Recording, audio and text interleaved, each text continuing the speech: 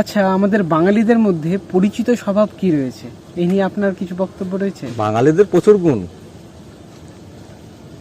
বহুত ভালো ভালো স্বভাব। কেমন জানো, বাঙালিরা সর্বপ্রথম খাওয়ার দিকে বড় ধ্যান রাখে। যা পাবে, মাছ মাংস ডিম যা পাবে, মানে খাওয়াতে কোনো কিছু তো কমই রাখবে না। আর এই জন্যে বাঙালিরা সর্বপ্রথম হসপিটালও আগে যাবে। তুমি দেখো সাউথে চেন্নাই, ভেলুর, ব্যাঙ্গালোর যত হসপিটাল আছে, সাই বাবা, যত হসপিটাল আছে, যদি 100টা পেশেন্ট হয় তো 90টা পেশেন্ট বাঙালি। সেরকম পশ্চিমবাংলাতে দেখো কোনো হসপিটাল খালি নেই, খাবে আর হসপিটালে যাবে, ওই একটা স্বভাব। দ্বিতীয়ত বাঙালির আর একটা স্বভাব ভালো আছে, ইনকাম যাই করুক বছরে 1-2 বার ঘুরতে যাবেই।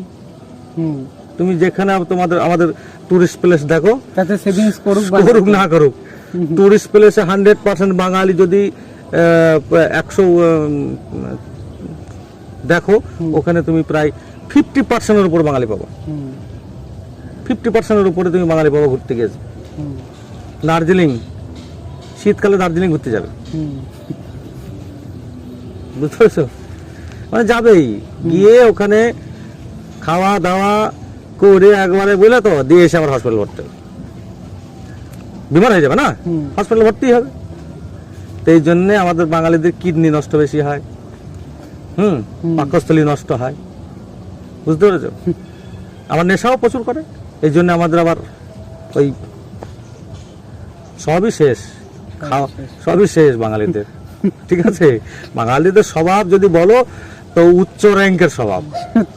ঠিক আছে, এটা খুব ভালো স্বভাব। আর আমি বলি এইভাবেই যেন বাঙালি সারা জীবনই চলতে পারে আর করতে পারে, আমি তাতে খুব খুশি হব। ধন্যবাদ। জয় হিন্দ, জয় ভারত।